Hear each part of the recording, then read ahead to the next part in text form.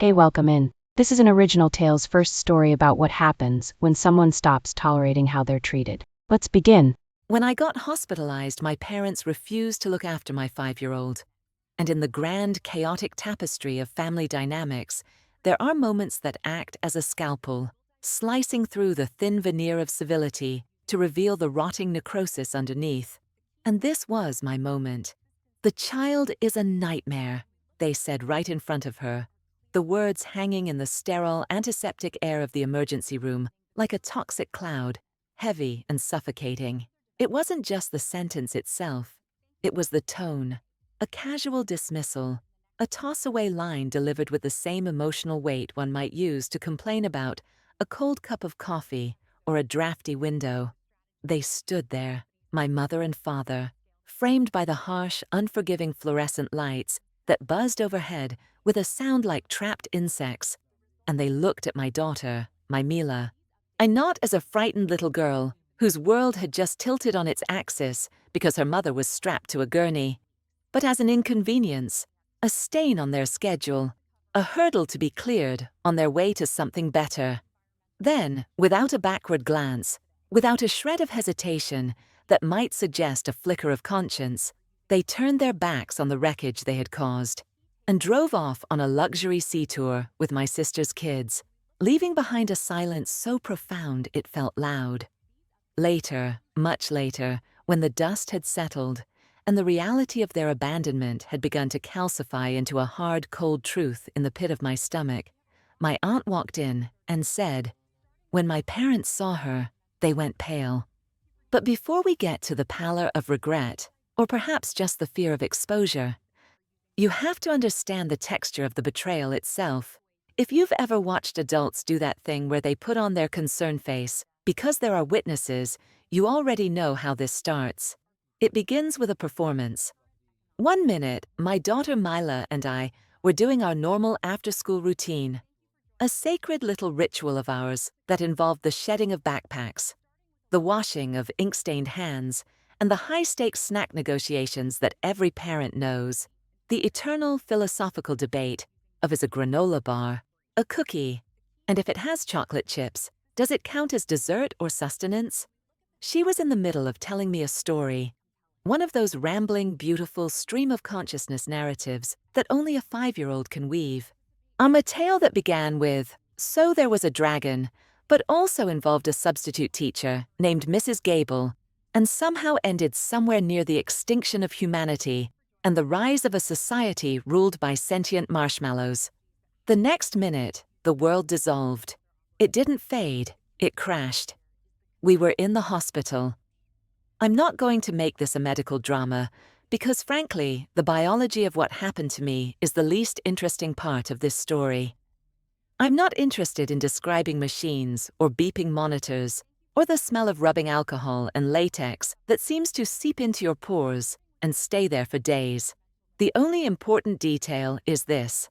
I was stuck behind a curtain, a flimsy partition of patterned fabric that separated the sick from the well, and Mila was stuck being 5. She stood close enough that her little fingers kept catching on my sleeve, clutching the fabric of my shirt. Not pulling, not tugging with the demand of a tantrum, just holding on, anchoring herself. Like if she let go, even for a second, I might vanish into the ether, dissolved by the hospital air. Her eyes were wide, colossal in her small face, reflecting that specific heartbreaking terror that kids get when they're trying to be brave, because they can feel, with their primal radar, that the adults around them are scared. A nurse leaned in, her face a mask of professional empathy, and spoke in a voice that was gentle but also very clear in, "Oh, we do this all the time, and we need a solution now way." "Is there anyone who can come take your daughter?" she asked, her eyes darting from me to the small child trembling against the bedrail. "She can't stay back here. It's against protocol, and honestly, it's not a place for her." I remember looking at Mila and thinking, of course she can't stay back here. This place is basically a maze of sharp corners, adult panic, and the smell of mortality. It is a place where childhood goes to hold its breath. "I can call my parents," I said. and I heard my own voice trying to sound normal, trying to flatten the tremors of pain and fear into a smooth surface of competence. I tried to sound like this was just inconvenient, a scheduling conflict, not terrifying, because listen, my parents live nearby. They are the kind of people who are always busy, yes, but also the kind of people who love appearing helpful in public. They thrive on the optics of benevolence. That the hospital is like a stage with fluorescent lighting, the ultimate theater for their brand of performative care. Surely they would show up. Surely the social contract of family meant something when the sirens were wailing. I gave the nurse their numbers, reciting the digits from memory, a sequence I had dialed 1,000 times for lesser reasons. Mila pressed closer to me, her cheek resting against the rough hospital blanket, and whispered, "Are we going home soon?" "Soon," I said, smoothing her hair, which had escaped her ponytail in the chaos. Because that's what moms do. We say soon like it's a magic spell, a promise we hope the universe will keep for us. The nurse stepped out, the squeak of her rubber soles fading down the hall, made the call, came back, and said those 3 words that felt like a lifeline. "They're on their way." Mila exhaled like she'd been holding her breath with her whole body, her small shoulders dropping inches. "Grandma's coming?" she asked, her voice filled with a hope that makes my chest ache just to recall. "Yes," I said. "Grandma and Grandpa." Mila nodded so hard her ponytail bobbed, a tiny metronome of relief. Then she climbed onto the chair beside the bed, positioning herself carefully, and folded her hands in her lap, like she'd been instructed by an invisible teacher to be good. She wanted to be ready. She wanted to be the perfect grandchild, so that when they arrived, they would see how good she was, how worthy she was of being rescued. That's the thing about Mila. She's not a nightmare. She never has been. She's sensitive. She's intense. She feels things with her entire face, her emotions playing out across her features like weather patterns across a landscape, but she tries so hard. She tries to navigate a world that is often too loud and too big for her. And honestly, the only nightmare in that room was the growing, gnawing realization in my gut that I could not physically protect her from what was about to happen. My parents arrived about 40 minutes later. I know it was 40 minutes because Mila kept asking, "How many minutes now?" And I kept glancing at the analog clock on the wall, watching the second hand sweep around in its jerky mechanical rhythm, wishing I could grab it and make time behave if I stared hard enough. Finally, the curtain swished open on its metal track. My mother appeared first. Her face arranged into a concerned expression, like she'd practiced it in the mirror before leaving the house. Brows furrowed just so, lips pursued in a tragic line. My father came in right behind her, scanning the room, not for me, but scanning the perimeter like he was checking for cameras, or perhaps assessing the quality of the medical equipment. Mila practically launched herself off the chair. "Grandma!" she cried, the word tearing out of her throat. And she ran to my mother like she was an answer to a prayer, like she was safety personified. My mother bent down and opened her arms. She hugged Mila tight, theatrical. It was the kind of hug you give when you want the world to know you're hugging, a hug designed for an audience. "Oh, sweetheart," my mother cooed, her voice pitched perfectly for the nurse's station to hear. And then, like without skipping a beat, she looked past Mila, over the top of my daughter's head, directly at me. "Tessa, what happened?" I tried to sit up and failed, my body betraying me with a fresh wave of dizziness. I tried to smile to reassure Mila, and failed. I tried to keep my voice calm, forcing the words through a throat that felt like it was closing up. "I need you to take Mila," I said, cutting straight to the point, desperate to get my daughter out of this room of beeping machines and fear. "Just for tonight. I don't know if they're keeping me, but I can't look after her right now." There was a moment, just a heartbeat, a suspended fraction of a second where I truly believed she would say yes. Because this is a normal request. This is the baseline of human decency. This is what families do. And this is what grandparents do when their child is incapacitated. But then, the air in the room shifted. My mother's expression flickered. It wasn't a flicker of concern, it was a flicker of calculation. I saw her eyes dart to my father, then to her watch, then back to me. Then she did a little laugh. Light, breezy, chilling.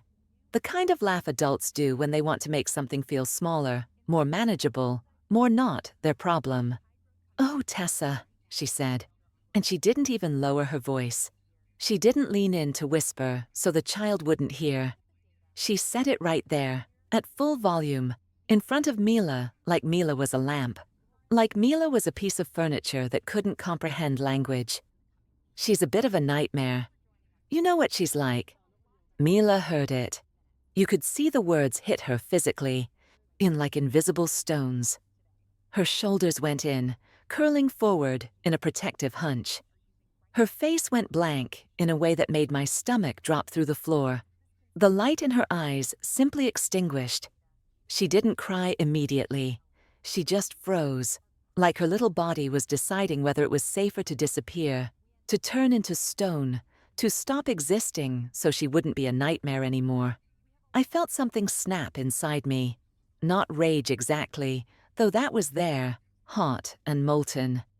It was more like clarity. A sudden, sharp focus that cut through the pain and the drugs. "Don't say that in front of her," I said. I kept my voice steady, dangerously low, because Mila was watching me, searching my face for cues on how to react. "Please just take her. She needs to go home." My father shifted his weight, looking uncomfortable. Ekin glanced at his watch again, tapping the face of it as if the time were the one at fault. "We can't," he said. Just that. 2 words. No apology, no explanation, no, "we wish we could." Just, "we can't." Like I'd asked him to water my plants or pick up dry cleaning, not care for his terrified granddaughter. I stared at him, my brain struggling to process the refusal. "What do you mean you can't?" I asked, the desperation leaking into my voice. My mother sighed, a long suffering sound that implied I was being incredibly unreasonable. Her eyes darted toward the nurse's station beyond the curtain again, as if she wanted to keep her image intact while simultaneously destroying her relationship with us. "We're busy," she said, smoothing her skirt. "We have plans. We can't do this right now." I let out a sound that wasn't quite a laugh and wasn't quite a sob, a jagged noise that scraped my throat. "I'm in the emergency room," I reminded them, gesturing vaguely to the IV line in my arm, to the monitor tracing the erratic rhythm of my heart. My mother's mouth tightened into a hard line. "And you're awake. You're talking. You're fine," she declared, diagnosing me with her eyes. "You can figure it out." Mila's fingers tightened on my sleeve again. She was looking at my mother like she didn't recognize her anymore. The grandma who brought cookies was gone. In her place was this cold stranger. I swallowed the bile rising in my throat and tried again, begging now. "Please, she needs someone she knows. She's scared." My mother leaned in and kissed my forehead. Quick, perfunctory, dry. And it felt like she was stamping a document, marking it, processed. "Be good for Mommy, okay?" she said to Mila, smiling brightly, a grotesque parody of warmth. And then she turned and walked out. My father followed without looking at Mila. He just turned his back and walked away. For half a second, I didn't move, because my brain genuinely refused to accept what my eyes were seeing. It was like watching someone commit a social crime in slow motion. Like surely someone would stop them. Surely a security guard would step in and say, "You dropped your conscience." Surely the universe would correct itself, because people don't just walk away from a 5-year-old in a crisis. But the universe did not correct itself. The curtains swished closed behind them, the sound of the fabric sliding on the track sounding like a final verdict. Mila made a small sound then, soft, strangled, like she was trying to swallow her crying because she'd just been told she was a nightmare. And she didn't want to prove them right. She didn't want to be the thing they said she was. I reached for her, ignoring the pull of the IV, But a nurse stepped in gently, her voice firm with authority.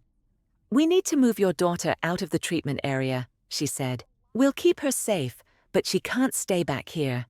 Mila looked at me with wide, panicked eyes, the tears finally spilling over. "Mom, I'm here," I said, even though I felt miles away, trapped in my own body. "I'm right here."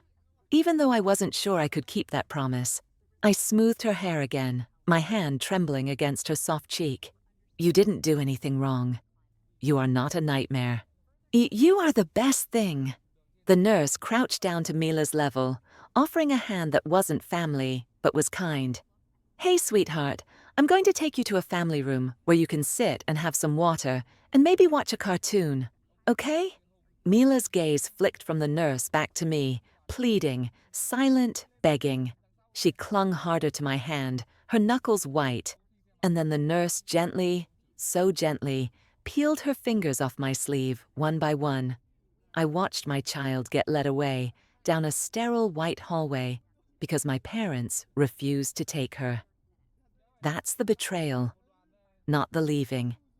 The leaving was bad, but the betrayal was the fact that Mila looked back at me as she was taken away, her eyes searching for me to stop it, and I couldn't go with her. I was tethered to the bed, and she was cast adrift. More hours passed in a blur of waiting, and adults speaking in calm voices that did not calm me. The hospital moved around me in its own rhythm, shift changes, medication rounds, the distant wail of sirens. But I was stuck in that moment of separation. Every time someone came near, my first question was the same. "Where is my daughter?" "She's safe," they told me. "Is she with my parents?" I asked, hope being a stubborn, stupid thing. There was always that pause, that tiny, careful pause that medical professionals use when they have bad news but aren't allowed to give details. And in that pause, I learned a new kind of fear, a cold, quiet dread. When I finally got my phone back, my hands were shaking so hard I almost dropped it on the linoleum floor. I unlocked it, my thumb slipping on the screen. I had no messages from my mother. No, "How is it going?" No, "Do you need anything?" No, "Mila is okay." Nothing. Just the blank stare of a screen that held no comfort. The next afternoon, when they finally handed my phone back for more than 2 minutes, I had notifications. Not from my parents, from the social media app. My sister Sloane had posted. My sister Sloane might as well be called the sun, because in my family, everything orbits her. She possesses a gravitational pull that sucks up all the light, resources, and attention in the room. She'd posted a series of photos, bright blue sky, the kind that looks filtered but isn't. Smiling kids with windblown hair, a polished boat railing, a ridiculous amount of happiness compressed into pixels, and there, in the background of the third photo, were my parents. They were grinning. They were holding champagne flutes, but they looked relaxed, tanned, and utterly unburdened. They were smiling like this was the best day of their lives. I stared at the screen until my eyes stung, until the pixels blurred into a smear of color. They wasn't busy. They weren't trapped in a meeting. They weren't dealing with a crisis. They were out on a luxury sea tour with my sister's kids while the hospital arranged emergency care for my child. They had chosen the boat over the granddaughter they called a nightmare. I set the phone down very carefully on the bedside table. The way you set down a glass you know is about to shatter if you apply even 1 gram of pressure. Not long after my parents walked out on us, the curtain moved again. But it wasn't a doctor. A woman stepped in who didn't look like a nurse and didn't look like hospital staff. She looked like someone who belonged in my life, but from a different chapter. A chapter I thought had closed. Aunt Irene. She was older than my mother, with silver hair cut in a sharp, chic bob, and eyes that saw everything. Childless by choice. Quietly wealthy in a way that didn't need to announce itself with logos or flash. When I was little, she was the person who remembered my favorite snacks, who asked what I was reading and actually listened to the plot summary, who treated me like I was an interesting human being. not just a useful prop in the family tableau. Then, years ago, she disappeared from my life. Or more accurately, she was removed from it. My parents had painted her as difficult, cold, judgmental. They had slowly excised her until she was just a name on a Christmas card list that we never sent. I blinked up at her, not sure if the medication was making me hallucinate. She just looked at me, her face unreadable, and asked the only question that mattered. "Where is Mila?" At the time, I didn't know how she'd found us, or what her presence was about to set off. If Aunt Irene showing up felt like a plot twist in a novel, it's because my family has always been very committed to the art of selective reality. We live in a carefully curated fiction. Example, my childhood. I brought home an A+ paper once, a history essay I had labored over for weeks. I slid it onto the kitchen counter like I was presenting evidence in court, waiting for the verdict. My mom glanced at it while chopping vegetables and said, "Nice." That was it. One syllable. Then, without missing a beat, she called out loud enough for the neighbors to hear, "Sloan, come here, honey. Tell your sister what happened at lunch today." Sloan marched in like she owned the place, radiating confidence, and announced, "Mrs. Halpern said my drawing was so creative." My parents reacted like she'd cured a rare infectious disease. There was applause. There was hugging. There was a magnet placed on the fridge. I stood there holding my A+, like, okay, cool, I'll just laminate my feelings and file them under irrelevant. That was the family brand. I was the capable one, the utility player, the one who didn't need praise because I was expected to function. Sloan was the special one, the star, the one who needed constant applause to keep shining. We didn't need a family meeting to decide this. It was just the air we breathed. When we had kids, the pattern didn't disappear. It got a budget. And at one of Sloane's kids' soccer games, my parents showed up in matching shirts. Custom-printed shirts with the team name, like they were a themed attraction at a generic amusement park. My dad had a folding chair with a canopy. My mom had snacks organized in Tupperware. There was a cooler involved, a rolling cooler. When it was over, they took 47 pictures, posted 3, and called it the best day ever. 2 weeks later, Mila had her little preschool presentation. It was 8 kids holding paper plate masks and whispering into a microphone about farm animals. It was adorable and chaotic. I texted my mom the time a week in advance, then the day before, then the morning of. I said, "It would mean a lot if you came." She replied, "Busy. Rain check. Tell her we're proud. Tell her." Like pride was something you could send through the mail. What's a package that didn't require presents? Mila still asked, standing there with her paper plate sheet mask, "Are Grandma and Grandpa coming?" I said, "Maybe next time." Like I didn't already know the answer was never. Then the money started. This is the part that hurts differently than the emotional neglect. Neglect is a void. The money was a theft. 7 years ago, my mom called me on a random Tuesday with that specific voice she uses when she wants your nervous system to do the work for her. A breathless, pained whisper. "My back is killing me," she said. Not "I'm sore," not "I overdid it in the garden." More like, "I am a tragic heroine in a Victorian novel, and I am fading fast." Then she added the line that makes you feel like a monster for simply existing while she suffers. The doctors can't really figure it out. Pain plus mystery is the ultimate guilt sandwich. It implies that the universe is unfair, and that only you, the dutiful daughter, can balance the scales. She didn't give me medical details. She didn't send x-rays. She skipped straight to the part where the world is cruel. "The treatments aren't covered," she said. "The good ones, the experimental ones. We're trying everything, but it's so expensive." I work in finance. I'm not living in a penthouse, but I wasn't choosing between rent and ramen either. I had tight but doable money. I was the capable one.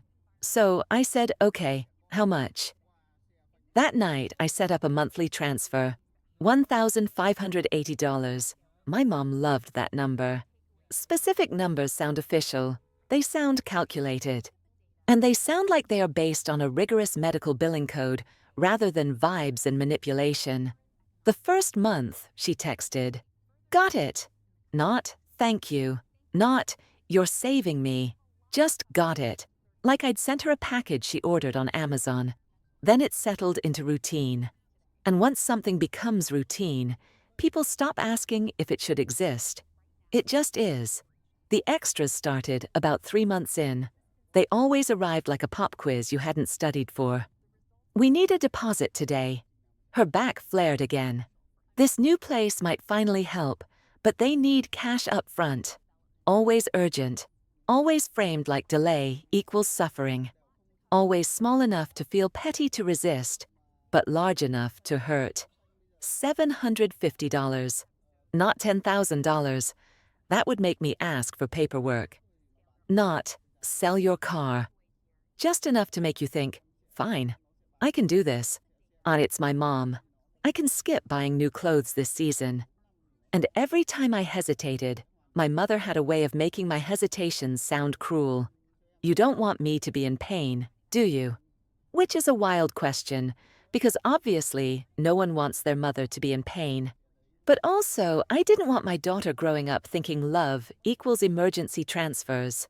At home, I lived like someone who was doing fine on paper and doing complex calculus in my head in real life. I'd be in Target holding 2 identical packs of socks, calculating which one was cheaper per pair down to the cent. Like I was running the budget of a small nation. Mila would point at a toy, a simple plastic thing, and say, "Can I have that?" And I'd say, "Maybe for your birthday," while my bank account quietly funded my mother's treatment. And by extension, my sister's entire personality. Meanwhile, my parents still found money for things that didn't look like pain. My mom's hair suddenly got shinier, blonde highlights that cost a fortune. My dad's watch got nicer. Sloane's life stayed comfortable, cushioned by invisible safety nets. Once, I saw a photo of my mom at a restaurant with Sloane. A table full of plates, appetizers, cocktails, the whole "we deserve this" vibe. I stared at it and thought, that's funny, because last week your back pain was apparently so severe you needed me to send $750 by 3 p.m., or the clinic would drop you. But I didn't say anything, because I was the capable one. The peacekeeper. The one who didn't make noise. I told myself the same lie over and over, a mantra of denial. Maybe it's fine. Maybe it's not my business. Maybe I'm being paranoid. And maybe I'm selfish for even noticing. And that worked right up until the hospital night. Because you can explain away a lot. You can explain away a suspicious brunch. You can explain away a new purse. But it's hard to explain away your child going quiet after being called a nightmare. It's hard to explain away your parents walking out of the ER without her. And it's impossible to explain away the fact that strangers had to keep your 5-year-old safe because your family wouldn't. So when Aunt Irene sat there in the hospital chair, looking at me with those sharp, knowing eyes, the dam broke. "Where's Mila?" she asked again. "She's in the family room. She's safe," a nurse answered before I could, stepping into the awkward silence. My aunt's eyes narrowed slightly. "Safe because?" The nurse hesitated. Either way, professionals hesitate when they're choosing words that won't get them sued or yelled at. "Because staff stepped in," the nurse said carefully, weighing each syllable. "There wasn't an available guardian." My chest tightened. A physical band of iron constricting my ribs. "And her grandparents?" my aunt asked. Her voice was cool, detached, like a prosecutor asking a clarifying question. The nurse's pause was the answer. It filled the room. "They came earlier," she said, "and they left." My aunt nodded once. A sharp, precise movement, like she'd already filed that fact under exactly what I suspected. Then she sat down close to my bed and took my hand in both of hers. Her grip was steady and warm, dry and firm, the opposite of my mother's quick forehead kisses, the ones that feel like a stamp of approval pending revocation. "I'm listed as an emergency contact," she said. That's why they called me. I blinked, confused. I don't remember putting you down. You put me down years ago, she said gently. Probably a school form or a medical intake you filled out on autopilot. Deep down, you knew who would show up. That sentence should have been comforting. It was. But it was also humiliating in a way I can't explain without sounding dramatic. It felt like my subconscious had been preparing for this betrayal for years, packing a parachute I didn't know I was wearing. Before I could speak, the curtain moved again. My parents walked in. Not quietly, not nervously. They walked in like this was a scene they expected to take over. Unlike the hospital had simply been holding my place in line until they could return from their important business. My mother's face was arranged into concern again. Take two. My father's brows were knitted into serious patriarchal worry. It was a good performance. My parents are very good at looking like parents when the lighting is right. Then my mother saw my aunt sitting beside me. The concerned face vanished so fast it was almost impressive, replaced by a flash of genuine shock. My father stopped mid-step. His eyes flicked to the nurse, then to the social worker standing behind them, a woman with a clipboard and a no-nonsense bun, then back to my aunt. He was counting witnesses. That's when I understood why they were here. Not because they suddenly regretted leaving Mila, but because someone official had called them back, and they were here for damage control. The social worker cleared her throat. It was a dry scratching sound. Thank you for returning. We need to document what happened earlier regarding the minor child. My mother's voice turned sweet, saccharine, coating the air with fake honey. Of course, we were just confused about what was needed. There was a misunderstanding about the timing. My aunt didn't raise her voice. She didn't need to. She just sat there, regal and furious. You left your granddaughter in a hospital, she said. My mother blinked rapidly. We didn't leave her. You walked out, my aunt said, calm and clear, cutting through the excuses like a knife through soft butter. And you didn't take her. My father's jaw tightened. This doesn't need an audience, Irene. My aunt tilted her head. I'm the bird of prey examining a mouse. You made it public when you abandoned a child in a public place. My mother tried to recover, pivoting to her favorite tactic. Attack the victim. You know how Tessa is, she said, letting out a little laugh as if we were all friends at brunch sharing an amusing anecdote. She always turns things into a crisis. She never helps herself. And now we're the villains because we had a prior engagement? I stared at her. Never helps. The words echoed in my head. My aunt looked at my mother like she had just tried to hand her a flyer for a pyramid scheme. That's not the story the hospital has, my aunt said. And it won't be the story in my house. My mother's mouth opened, closed, like a fish gasping for air. Her eyes darted to the social worker again. She could feel control slipping, a sand running through her fingers. The social worker spoke gently but firmly. If you are refusing to take custody tonight, we need that stated for the record. My mother's face tightened. We're not refusing. We're here now. My aunt turned slightly toward the social worker. They refused earlier. That's why you called me. The social worker glanced at her notes and nodded. That aligns with our report. The grandparents stated they could not take the child and departed the premises. My mother went pale. Not in an exaggerated way this time, but in a very human, very scared way. It was the look of someone realizing a paper trail now exists, a permanent record of their selfishness. My father cleared his throat, trying to regain authority. Where is Mila? In the family room, the nurse said, with staff. My aunt stood up. She's coming with me. My mother's head snapped up. Excuse me? I'm taking her tonight, my aunt said, and tomorrow, and for as long as it takes. My mother's voice sharpened, the sweetness gone. You can't just take our granddaughter. My aunt didn't flinch. You had your chance. You walked out. The social worker looked at my aunt. "You are listed as emergency contact, correct?" "Yes," my aunt said. The social worker nodded. "Then we can document temporary care transfer to you, given the previous unavailability of the grandparents." My mother's face did something awful. It tried to smile, and it couldn't. It contorted. She turned to me, voice suddenly soft, pleading. "Honey, tell them. We'll take Mila now. We were just overwhelmed earlier. You know how stress gets to your father." I heard it again, echoing off the hospital walls. "The child is a nightmare." I didn't answer. I looked at the ceiling tile, counting the little dots. 1, 2, 3. My aunt asked the nurse to bring Mila in. When Mila walked in, she didn't run to anyone. She moved slowly, tentatively, like she didn't trust the floor to hold her weight anymore. She looked at me first, checking if I was still there. Then at my mother, a look of wariness that broke my heart. Then back at me.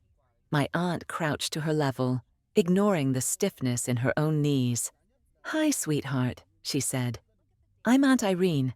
I'm going to stay with you tonight." Mila's eyes widened. "Are you taking me?" "Yes," my aunt said. "Your mom's going to be okay here with the doctors, and you're going to be safe with me. I have strawberries at my house. Oh, and a cat named Barnaby, who is very fat and very lazy." Mila looked at me like she needed permission to be safe. I nodded, my throat too tight to speak, tears leaking from the corners of my eyes. Mila leaned into my aunt like she'd been holding her own weight for hours and was finally allowed to stop. She slumped against Irene's shoulder. My mother made a small sound like she wanted to argue, to reclaim her prop. The social worker didn't even look up from her clipboard. "This is documented," she said. "Please clear the room so the patient can rest." My parents left again, and this time the room didn't feel emptier. It felt cleaner, like someone had opened a window and let the toxic fumes out. After Mila left with my aunt, the room went quiet in a way that should have felt peaceful. It didn't, and it felt like someone had turned the volume down on my life and left me alone with the part I'd been avoiding for years. I stared at the ceiling and tried to rest, but my brain kept replaying one moment on a loop. My mother saying, "The child is a nightmare," like it was a joke, like Mila wasn't standing right there, absorbing it into her DNA. I didn't see my aunt again that night. That made sense. Mila needed an adult. I needed stitches in my life, not conversation. The next morning, when the hospital finally let me sit up without hovering staff nearby, my aunt walked in again. She looked tired. Not fragile tired. Determined tired. The kind of tired you get when you've been up with a child who isn't yours, who wakes up crying in a strange bed.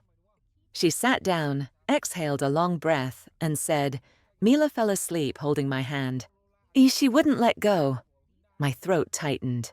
Was she okay? She was scared, my aunt said simply. But she's okay. She's safe. Barnaby the cat sat on her feet, which helped. Then she paused. Her expression shifted into something almost awkward, like she was about to say something she didn't like saying, something that tasted bad in her mouth. "I need you to know something," she said. "Before we go forward." I braced myself. "What?" "They've been talking about you for years," my aunt said. "Your parents, to the extended family, to me, before we stopped speaking." "Talking about me?" "Not loudly," she clarified. "Not in a way you could point to and prove easily. Just little comments, little stories over coffee." My stomach dropped. "What kind of stories?" My aunt looked at me steady. "That you don't help them, that you're selfish, that you're too busy with your career to care about family, that you make everything difficult, and that they have to walk on eggshells around you." I stared at her. The room spun slightly. "Selfish," my aunt added, voice tightening slightly. "Even if that were true, it still wouldn't excuse what they did last night. You don't abandon a child, but that is the narrative they have built." For a second, all I heard was the phrase, "even if that were true." I blinked. What do you mean, even if that were true? My aunt frowned. I mean, that's what they've said. That you don't contribute. I'm not saying I believe it now. I saw you with Mila. But that's the story. I sat there staring at her like she'd spoken a different language. They told you I don't help them? I repeated. That I don't contribute? My aunt nodded once. Yes, they said you cut them off financially years ago. Something in my chest went cold and sharp. A shard of ice piercing the confusion. I've been sending them money every month, I said. The words came out flat, robotic, like my mouth didn't belong to me. My aunt's face didn't change right away. She just looked confused, like she was waiting for the punchline of a joke she didn't understand. I swallowed, forcing the truth out. A monthly transfer, $1,580. Every single month for 7 years. My aunt went very still. Tessa, I thought it was for my mom's back pain. I continued, the words spilling out now. I said treatments, things insurance wouldn't cover. That's what they told me. And then there were extra payments when she was flaring, or when there was a deposit due. My aunt's mouth parted slightly. She didn't speak. She just stared. And that stare did something to me, because suddenly I realized how absurd it sounded out loud. How unbelievable it would be to someone who'd been told the opposite story for years. You don't believe me, I said, panic rising. My aunt's eyes snapped to mine. I'm trying to process it. It's a lot. I know, I said, and my voice shook. I know how it sounds. That's why I didn't want to say it. That's why I didn't want to add it up in my own head. My hands were trembling as I reached for my phone on the tray table, not because she demanded proof, but because I needed her to see it. I needed a witness. I can show you, I said quietly. I don't have the total in my head, but it's there. My aunt didn't move. She just nodded slowly, like she was afraid that if she moved too fast, this fragile truth would shatter. I opened my banking app. It took a moment to load, the little spinning wheel mocking me. Then I pulled up the transfer history. I scrolled, month after month after month. $1,580. Sent. $1,580. Sent. $1,580. Sent. The same number repeated like a heartbeat. A heartbeat of money bleeding out of my life and into theirs. My aunt leaned forward without realizing she was moving. Her hand went to her mouth. Oh, she whispered. I kept scrolling. The list went back and back. My throat burned. That's 7 years, I said. And the extra payments are in here too. See? Urgent clinic deposit, $750. Specialist fee, $750. My aunt's jaw actually dropped. Not in a dramatic cartoon way, but in a stunned, quiet way that felt worse than shouting. She looked at the dates, and she looked at the amounts. They told me, she said slowly, like the words hurt to form, that you never supported them, that you wouldn't help at all, that they were struggling and you turned a blind eye. I laughed once, sharp and bitter. Apparently, I'm selfish and also an ATM. My aunt stared at the screen again, then up at me, and something changed in her face. It wasn't pity, it was recognition. It was the look of someone seeing the monster clearly for the first time. They lied to me, she said very softly. Then she looked down at the numbers again and added, even softer, and if they lied to me about this, they've been lying to you about the treatments. She didn't say anything dramatic after that. She didn't promise revenge. She didn't give me a speech about justice. She just sat there for a moment, staring at my phone like it might start making sense if she looked long enough. But we both knew it wouldn't make sense. It made sense, but it didn't make sense. By the time I was discharged and back on my own couch, still sore and exhausted, my aunt was already texting me lists. She had moved into action mode. Over the next week, we worked in quiet bursts, while Mila colored at the kitchen table, humming to herself, and my aunt made sure she felt safe. We pulled statements. We gathered screenshots of the urgent texts from my mother, the "my back is breaking" messages. We lined up dates. We didn't need drama. The pattern was dramatic enough. Then my aunt hired a forensic accountant and a private investigator. Not to break into anyone's bank, that's illegal, but to trace what could be traced from my records, build a timeline, and verify what my parents claimed versus what they actually did in public. It's amazing what people post online. It's amazing what leaves a digital footprint. When the first preliminary report came in, my aunt slid a slim folder across my kitchen table and said, "This is just the beginning." I opened it and saw my life turned into a clean summary of exploitation. I looked up. "So what now?" My aunt folded her hands. She looked like a general surveying a battlefield. "We don't confront them at home," she said. "We don't do it over the phone where they can hang up or gaslight you in private. We do it where they can't rewrite it." My heart thudded. "Where?" She met my eyes. "In front of everyone," she said. "My brother, your father, loves a gathering. Your mother loves an audience. We give them one." A few weeks later, and there was a gathering, a welcome summer party, or some nonsense excuse for my parents to host people. Everyone was there, relatives, cousins, a couple of family friends, the neighbors who thought my parents were saints. My mother was glowing, wearing a dress that probably cost 3 of my back pain payments, playing hostess like nothing had ever happened. My father hovered nearby, scanning the room, shaking hands, looking benevolent. Mila stayed close to me, clutching my skirt. She knew. Kids always know. My aunt arrived quietly. No announcement, no fuss. Just calm, terrifying presence. My mother's smile went too bright when she saw her. "Irene, what a surprise." It wasn't a welcome. It was a challenge. My aunt smiled politely. Not warmly. Politely. "Hello, Martha." My mother floated through the room. I'd making sure everyone saw her being wonderful. Then, inevitably, she tried to restart the script where I'm the problem. She laughed and said to a relative, loud enough for people to hear, "You know, Tessa, always dramatic, always needs something. Even at the hospital, it was a whole production." A few people chuckled.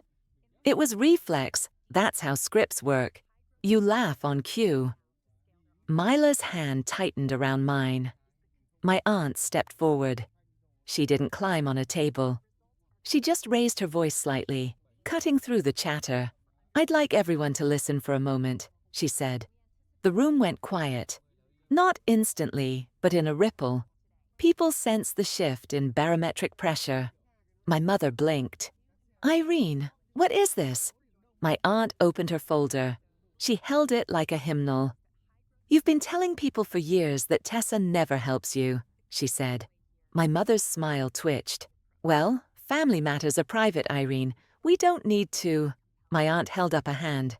"I've seen the receipts." The air changed. It went from awkward party to crime scene. "For 7 years," my aunt said, "Tessa has sent you $1,580 every month." My mother's face drained of color. My father's jaw clenched so hard I thought a tooth might crack. My sister Sloane, standing near the buffet, let her smile falter. My aunt continued, voice steady, reading from the page.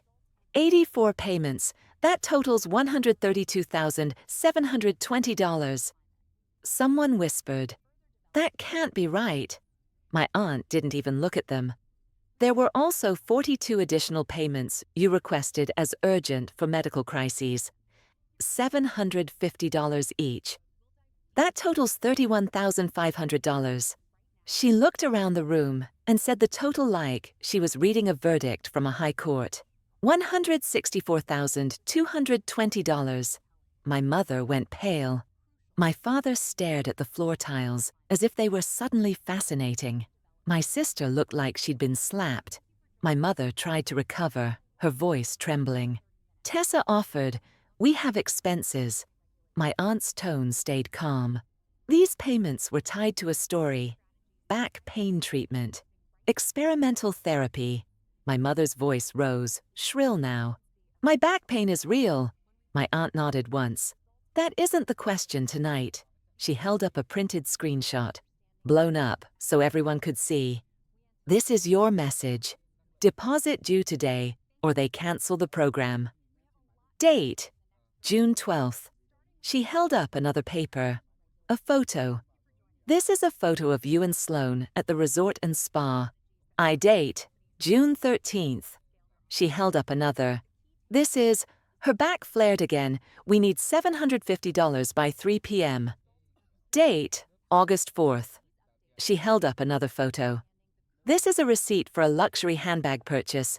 Date: August 4th. She looked around. That is not casual support. That is fraud. That is pressure. My sister Sloan stepped forward, sharp and defensive. This is none of your business. You're ruining the party. My aunt turned slowly to face her. It became my business when a child was abandoned. The room froze. Absolute zero. Then my aunt said the line that landed like a dropped plate. They came to the hospital, she said, looking directly at my mother and father. They refused to take Mila. And your sister, she pointed at Sloan, wasn't there. But your parents said, in front of that child, the child is a nightmare. My mother's breath hitched. My father's face went tight with shame. They left, my aunt said. Hospital staff had to arrange emergency care because no guardian would take her.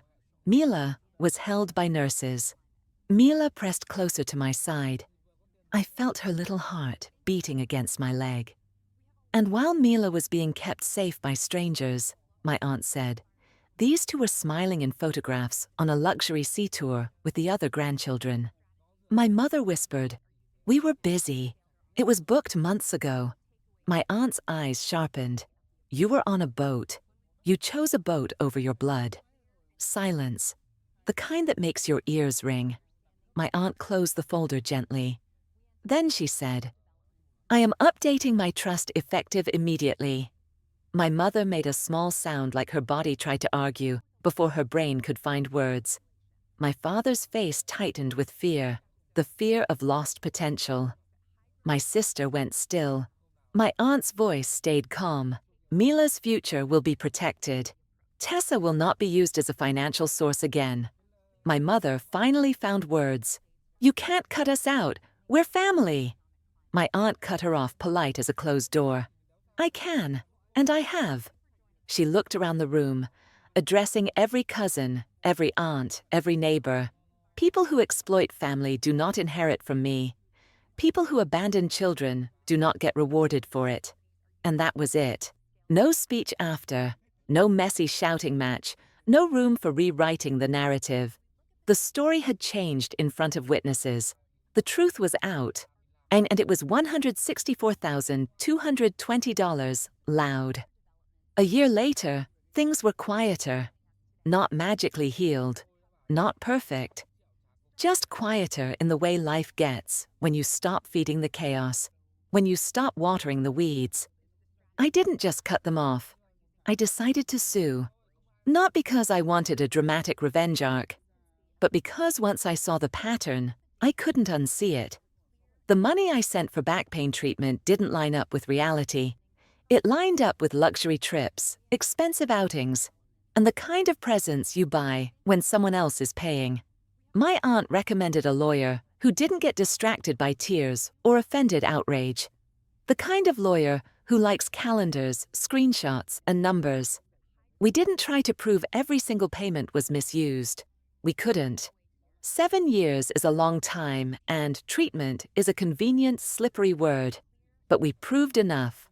That we proved unjust enrichment. We proved fraud by misrepresentation.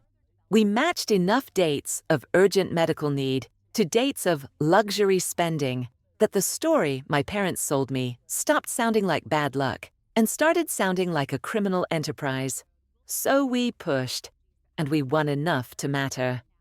I recovered $68,000. It wasn't everything, but it was justice. $40,000 came as a lump sum. They had to sell the boat. The rest came the slow way. $700 a month for 40 months.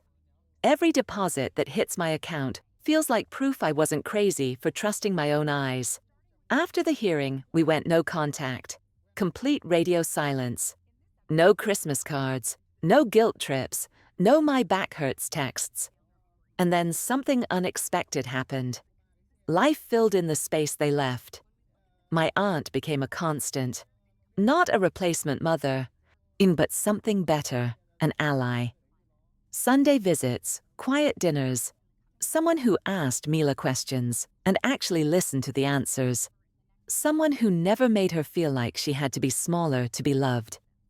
We started a new tradition. Friday night movies, where popcorn is mandatory and granola bars are definitely cookies.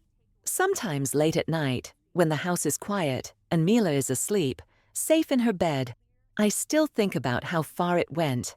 I think about the money, sure, but mostly I think about the time.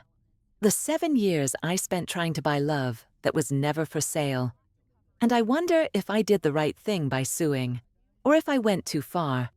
But then I remember Mila's face in the hospital, and I know. What do you think? Did I do the right thing, or did I go too far? Let me know in the comments and subscribe for more stories.